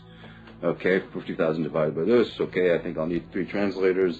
There really isn't any person that's looking over the end product and making intelligent decisions in order to get the best product. Other things are involved than getting the best product. They're you know. So except in very few rare cases, yeah. So at your end, in the games industry, are you better off or worse than you were when making Metal Gear Solid, Silent Hill 2? Vastly. You know, what, me personally? Well, yeah, just or how you... the role of the localizer or what? Yeah, you. I think both me personally and the localizer in general is in a much more difficult position in order to deliver a well-done product. Yeah. With the rare exceptions, possibly, of a localization department in a company that's given them ample time. And ultimately, you know, you have to have this chain of responsibility, and I don't want to use the word responsibility. You have to have this chain of caring about the product so that all decisions are made in the interest of the product being done well, not in the interest of anything else. Yeah, yeah. And once you involve more people that have other interests, it just begins to fall apart. Yeah, like I was saying on Mass Effect before we started the interview, you know, I mean, obviously I won't go into it too much, but I got the impression that there was a lot, for Mass Effect 3, there's a lot of pressure to cut the cost, to give actors probably a smaller salary, to basically cut out all the little bits they don't need, or they don't think they need. Now, to me that sounds like EA just muscling in, you know what I mean? It's sad to say, because Mass Effect 1 and 2, I mean, the voice acting is next to none. Really good. You know? Well, think about it. You're in the studio, and you have a script in front of you, right? Yeah. And how much time do you have to get that recording done? If I half the amount of studio time, in order to half the costs, because what costs money is your studio time and your actor time. So if I say to myself, okay, I have to do 25 lines a minute, or 30 lines a minute, right? So I'm only going to be able to do 2 takes per line. The actors come in, and believe me, actors, they don't come in burning with the desire to do Academy Award level work. Yeah. They come in with the burning desire to get the frick out of the studio. Yeah, yeah. Generally speaking. And the only way you're going to get great results is if you are on them like a hawk and you motivate them, or if you find a person who's, really, really into it. But many actors are just kind of jaded, and unless the script is very interesting, they don't really have that many interesting things to say. They're not working with the other actors when they deliver their lines. They're doing them one at a time. So they've got a list of lines, and they're saying things like, "Look out, he's coming over the car," or, or they're saying, "F-16, down." Yeah. Stuff like this. And so they deliver the lines, they want to get paid, they want to get out of there. Well, I guess you don't have the time to, to go over it. Do you know what it takes to record actors separately and make sure that their voices are going to match up as if they're interacting with each other? It takes you have to play back, for example, you got to find the old lines that were done that they're responding to.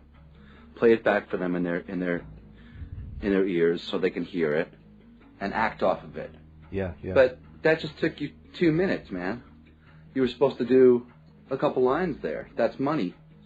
And if you have people watching over you and you don't have enough time, and you're not going to have enough time if the budget is what's the most important thing rather than the end result, that's a recipe for coming out with something bad. And it's not going to be the director's fault. It's not going to be the actor's fault or anybody's fault other than the people that were looking at something other than the end result. Yeah. And by the same token, I don't deserve any particular credit for being a genius in being able to elicit good work from actors if I've been given A, the time, B, the freedom to do it. I mean, I actually think tons and tons of people could do the same thing in that position as long as they knew what they wanted and had those things, the freedom and the time. Bad for making your editing job so difficult. No, it's grand. Look, to be honest, there isn't much that I'll be cutting out of this, unless you want stuff cut out. I'd love to put this up, as long as it is. But if people want to hear what you have to say, they'll happily listen for, no matter how long. They can wash the dishes while they can, do something else while they're listening, I guess. Yeah, look, but when I was listening to it, because I downloaded the podcast when it was available as a podcast, the one you did before, and yeah, even on the bus or doing whatever, I put on put on my headphones, and it was just really interesting, really. Did I sound like I was ranting? For the podcast? Yeah. Not really, but well, I got the impression that the guys they kind of sounded like they were knowingly trying to bait you into. Yeah. Like there was one question I actually laughed out loud at because you answered it perfectly. And these guys were so nervous when you said it. What was the question? They said to you, so tell us about some good voice actors you worked with and some bad voice actors in Metal Gear Solid. And it all goes quiet. And you go, so you want to know who is bad? And they were like, yeah. They knew exactly. But the thing is, they knew exactly what they were looking for. But Yeah. I mean, look, but it was good, and they asked good questions. And look, I mean, I'm not against them. It was a great interview, but I think they were looking for the most kind of sensational, kind of answers, I guess, Well, yeah, I don't know who someone wrote the name for that podcast. You'll see it online. It says like, translator dishes the dirt on Kojima or something like this. And, Yeah. it's like, shit, man, what is this, the National Enquirer? Exactly. I mean, but the thing is, like, when we post any interview, but it's always the exact same, no matter what they say in it. It's always like, but I guess depending on what actor. Let's say I interviewed a few months back the guy who voiced Agent 47 in Hitman, the game. Yeah. But we always do it the same way. Man speaks, an interview with such and such, the actor. What will I be? I'm not sure, because it's usually something speaks, like the character, and then... Yeah. But I might just do like... I'm still thinking, but don't worry, it's not going to be something Okay. too... fucking, No, I know. I trust you. over the top, or... I mean, we wouldn't want to kind of do something like that, I trust you. But, so what kind of games do you play? Like, what's your favorite games? These days, I don't play many games, but when I do, they tend to be, like the last game I enjoyed playing was a real old school, computer, RPG type of game. Yeah. Like, a computer one, so it's not, I tend not to like games that, make you, work hard, I like strategy games. Turn-based gives me a chance to think, take my time. I got enough pressure in my life. I don't need to have a game pressuring me anymore, so I'm not really into testing. Also, I'm old school, so I don't do well with 3D, Yeah. Like I used to really enjoy 2D scrollers and stuff like that, like Castlevania Symphony of the Night, man. I love it, that kind of shit, but not too many games like that anymore. Yeah. But do you play online, Xbox Live or PSN? No, I don't. Yeah. I don't. The only few times I've tried to play online, just get my ass kicked by people that are like a third my age, so it's I'm not gonna. See, the thing is, I honestly don't play online either, because when I play online, I get too worked up, and I play games to relax, not to fucking, Exactly. Yeah. Yeah. Plus, you get beaten by a 12-year-old, who spends all of his time playing Call of Duty Modern Warfare. Right.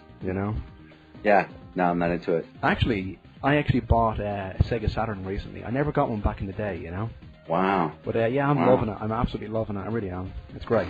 What do you think the best game system is? For me personally, well, Yeah. I mean, out of all the systems, I loved Dreamcast. Wow. It's something about it. Like, it's real, because I loved Sega, because I particularly kind of grew up. See, the first system we ever got, it wasn't out at that time, but my father, he got Pong, Yeah. But he got it off a friend. But the first really gaming system we got was Mega Drive. And I'll always remember playing Streets of Rage. How old are you, Dennis? 25. You're 25, and the Yeah. first thing you had was Pong? Well, yeah, I know. Well, we got it off my father's friend. He passed it down to us. I mean, because Yeah. I was thinking, well, you must be about the same age as me, because I remember my dad brought home a Magnavox, whatever. It was, one of these boxes that had two paddles built into it, Yeah. I mean, not even paddles. It was part of the same plastic frame, Yeah. That's the first thing that we brought home. And, Oh, yeah, no, but for us, it was the first gaming system was a Mega Drive. And I can vividly remember playing Streets of Rage, Christmas morning. Streets of Rage, that was good. I was pissed off because I got a twin brother, and he got a Mega Drive, and I chose the NEC. I chose the PC Engine, the Turbo Graphics, which turned out to suck, of course, But I was sure of it. I was like, NEC, man, they're a big company. I mean, NEC, it's gonna rock. But yeah, I mean, I'm telling you, to this day, nothing is better to play than Streets of Rage for me personally.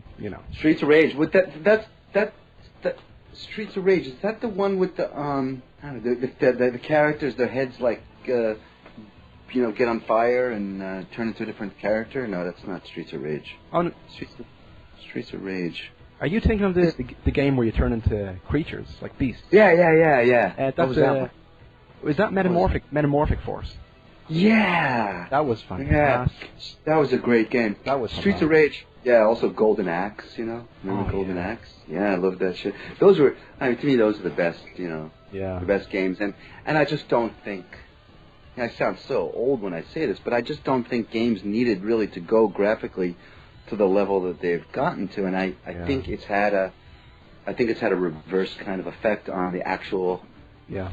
Like Peter Molyneux said it really well one time, and so I'll never forget this quote that he said about this particular issue. He said that games actually, they operate in your mind. So when you're playing a game, it's actually what's happening in your. It's what the game does to your mind. In the same way, when you read a book, if it's well written, there's this flow. The words just flow directly into your mind, creating an image. Yeah. It's this interaction between what's going on inside of your mind and what is playing out on the screen.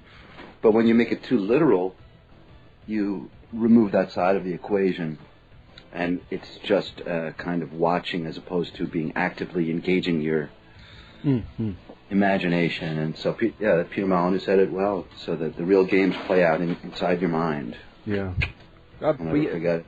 But I love all those kind of old games, from a certain era for me personally. They're fun.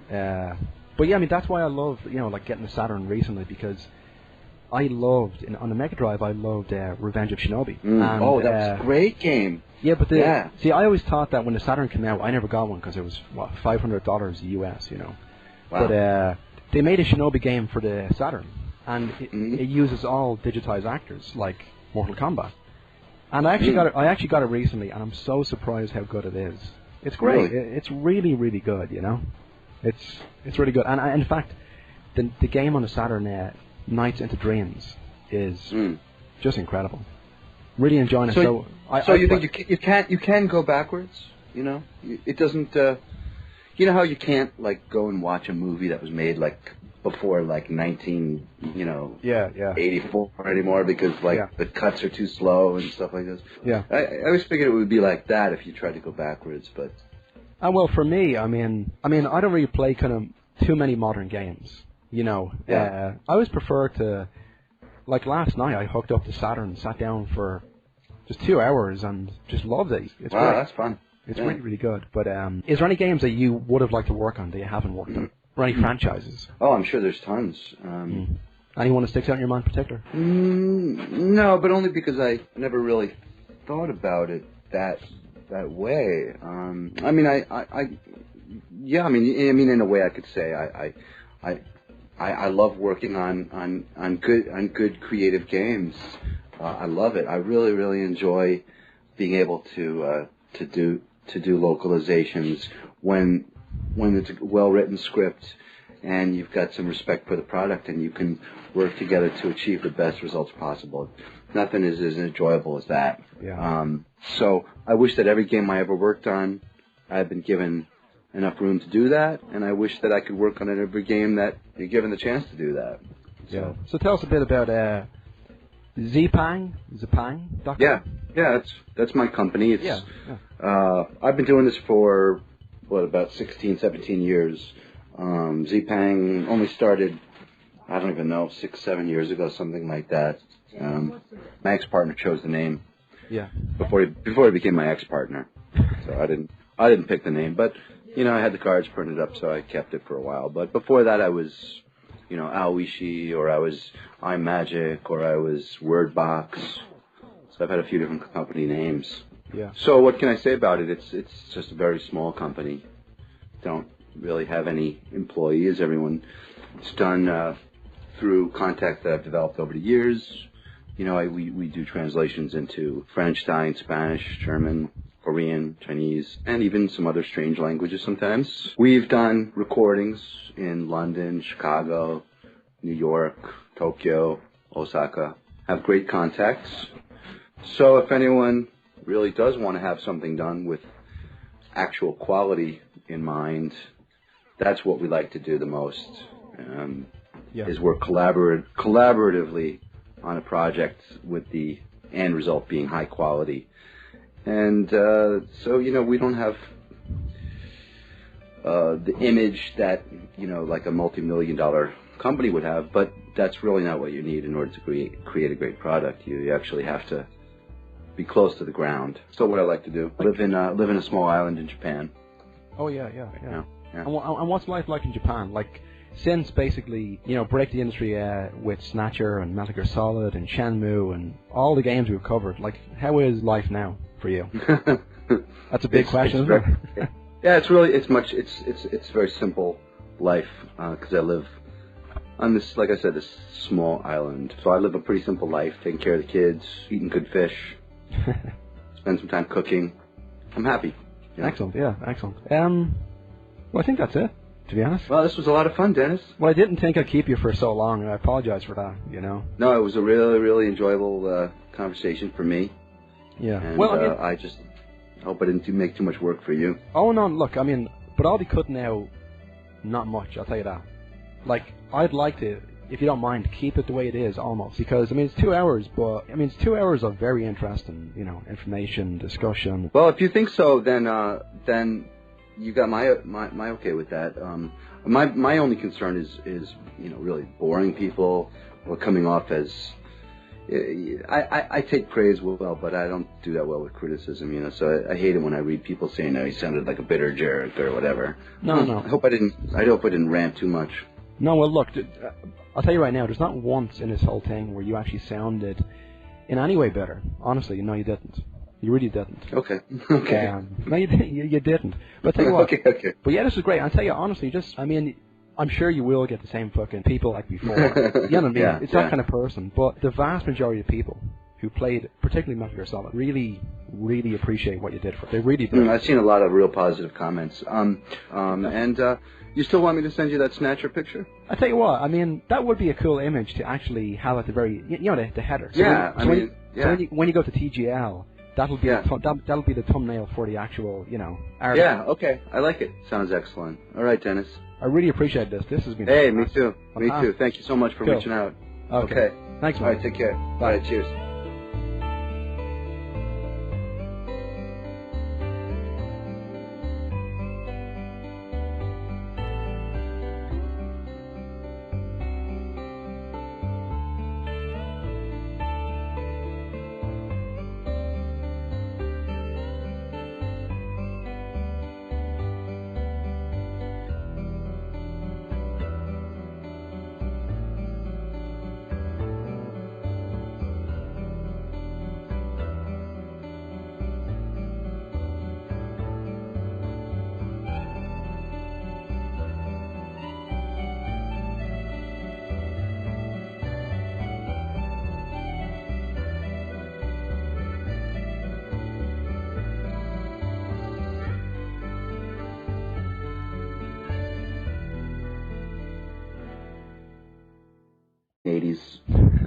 Music,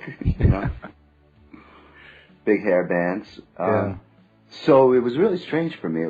It was a tremendous disconnect between my past and everything. There was no internet then, so didn't really stay in touch with anybody. And it might have had something to do with me eventually going to Japan. Yeah, when did you learn Japanese? Like, when were you interested in that whole culture? When I got into college, I think I still felt so disconnected from everything in a way that I wanted to make a real strong move that would kind of create something that would be interesting, that would shake things up, that would maybe give me a path into a new place. Yeah. And so I wanted to speak a weird language, and I chose Welsh. But this was at the University of Iowa, and the Welsh teacher advised that I don't do it. She's like, "What are you going to do studying Welsh?" So that was funny. The Welsh teacher advised me not to do it. Yeah. And so I picked Japanese, but my folks wouldn't let me study Japanese my freshman year. They thought it was too unrealistic. You'll never learn Japanese. So I started studying it my second year in college. So, before obviously getting into the games industry, Did you translate anything like, documents or? No, I didn't start translating until after I was in the game industry. Okay. So you started off in the games industry with Animaniacs and Bikers Mice from Mars? Actually, it started a little bit earlier with a really unsuccessful few-month job at Jalico. Yeah. Probably no one remembers Jalico. Do you remember Jalico? No, it's before my time. Jalico, I think it stands for Japan Leisure Company. Yeah. A now defunct Japanese game company in Chicago. I had had a couple of years of Japanese, but I hadn't lived there yet. Got this job at Jalico. The president there was a guy named Howie Rubenstein, who his claim to fame was that he had been the sound designer for Q*bert. Oh, wow, yeah. Yeah.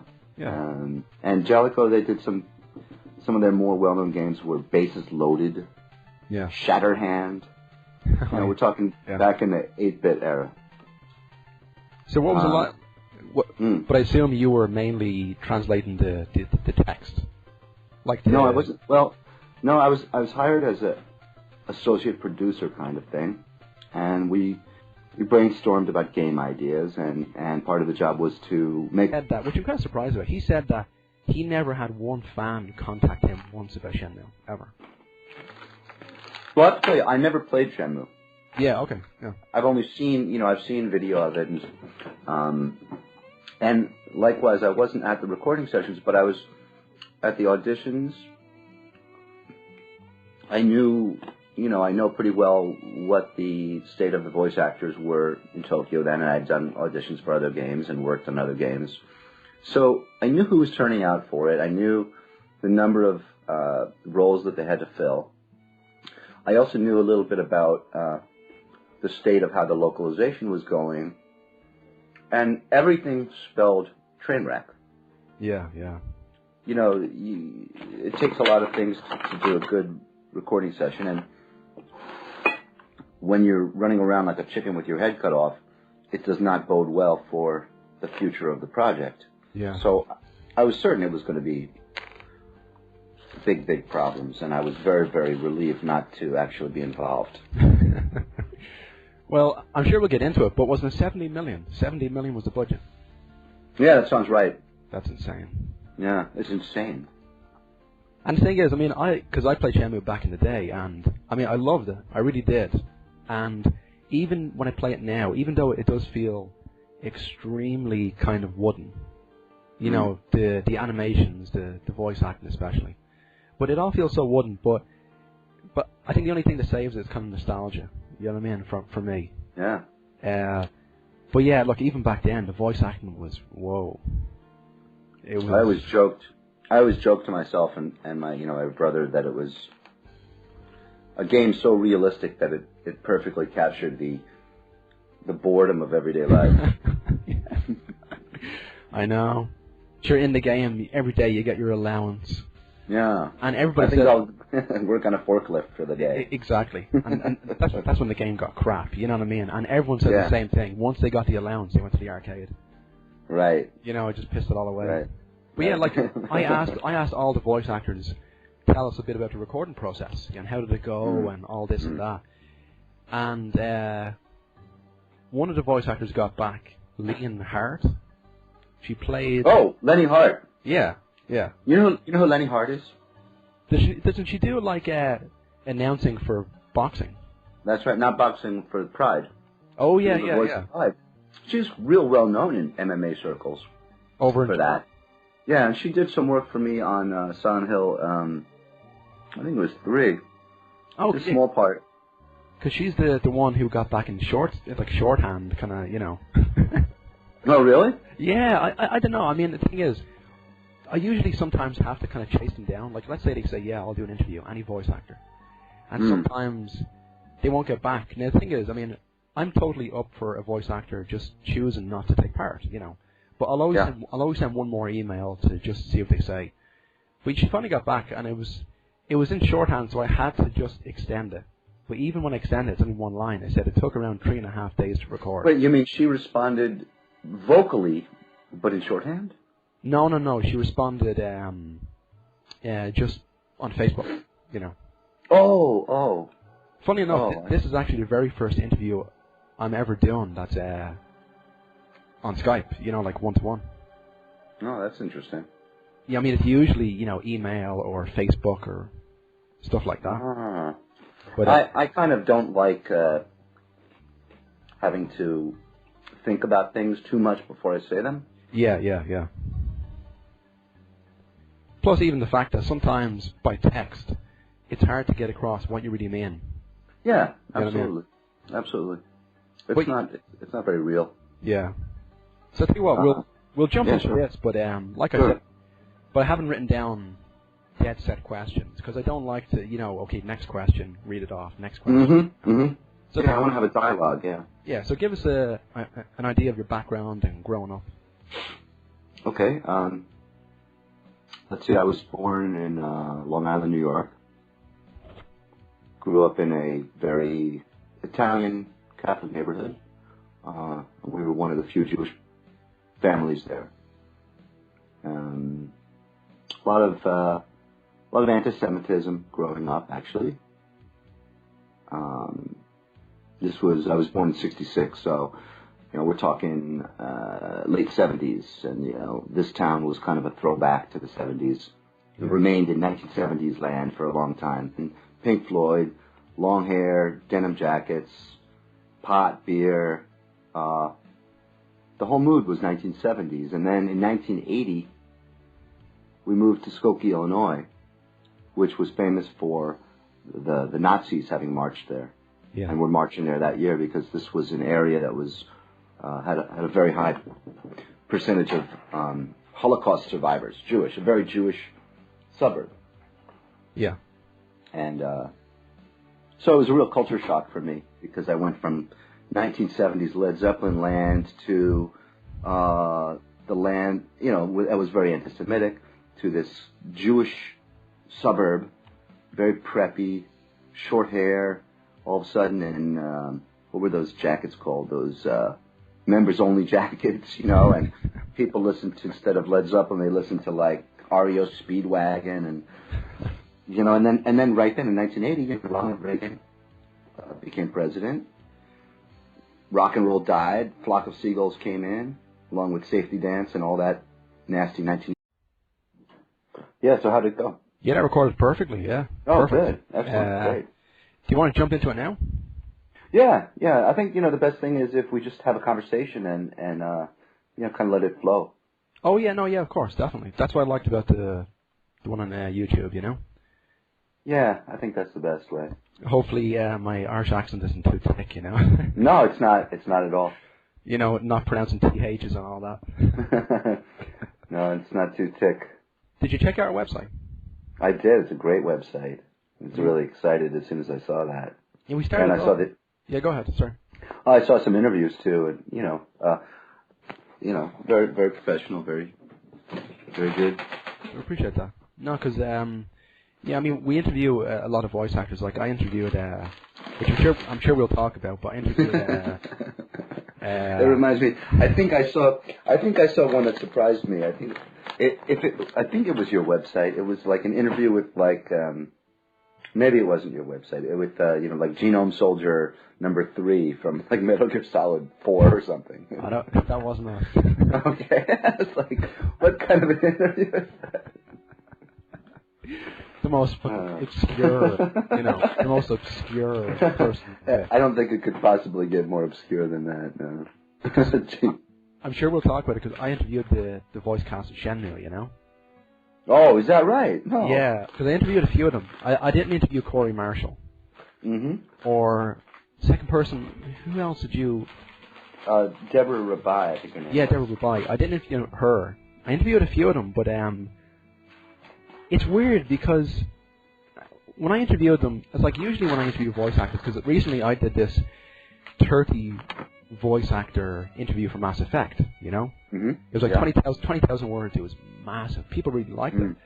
But yeah, one thing I got from the Shenmue voice actors, for some reason, I don't know why, but it's like every answer was like one word or a short sentence. it was like I tried to get something out of it. You know what I mean? No, give me an example.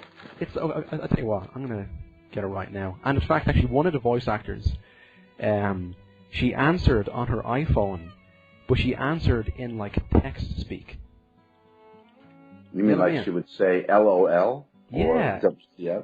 It was bizarre, and that is bizarre. But what could I do? I mean, I couldn't quote her or change the quote, so I had to kind of. She said this and she said that. It's just. So did you get the impression that they were trying to be careful, or they didn't have anything to say? Honestly, they had nothing to say. I don't know. It's just you got the impression like they were thinking Shenmue. What's Shenmue? And oh, is that right? Yeah, and the guy who played Lan Di, the main bad dude, he said request to Japan. You know, when they would come up with a crop of games every year, and then they would give us some of them to sell, and we were allowed to make small requests for changes to suit the American market. Yeah. So, for example, the best example would be called what was this called? Was it called Tomahawk or something like this? The original Japanese was God, my brother would know this better than me. The English name eventually got to be called Wampum, so it was made into an American Indian, you know, with a tomahawk. But originally it was a Japanese, you know, like samurai, you know. And so they made small graphical changes. And so anyway, my first translating experience there was I was asked to write a letter to the Japanese developers explaining what changes we wanted in Bases Loaded 3, I think it was. Yeah. And I tried to compose a letter in Japanese, and it was just a stunning failure. And the Japanese guy who was above me, not really, sort of my boss, not really my boss, but he read the thing, and he said, "This is completely unintelligible. This isn't Japanese." And I had spent, I'd probably spent a week writing this thing. Yeah. It's an impossible thing to do. First of all, written Japanese is not even like spoken Japanese. Yeah. You have to write things in this, incredibly formal style, and you use compound Japanese phrases that you don't use in conversation. So it was completely beyond my ability. In fact, it's very nearly beyond my ability now. Yeah. But so he read this thing and he's like, it's unintelligible, and I lost it. I went off the hook, and I got really angry. Asked him why he didn't help me and why didn't you, and I got fired that day. And he said, the first thing you got to learn is you don't lose your temper in a Japanese company. Bye. So there's no way you can challenge the higher ups at all? Well, I'd like to say no. Yeah. But I'm sure there's a way, but it's not that way. That's for sure. Yeah. Maybe wait until, you either go around, or you wait until you go out drinking and you get drunk, and then you can do it at, if you're drunk, you can sort of do it and say, oh, I was drunk. But no, you don't get mad on the spot. So you're saying they changed the character from a samurai to an Indian? Yeah.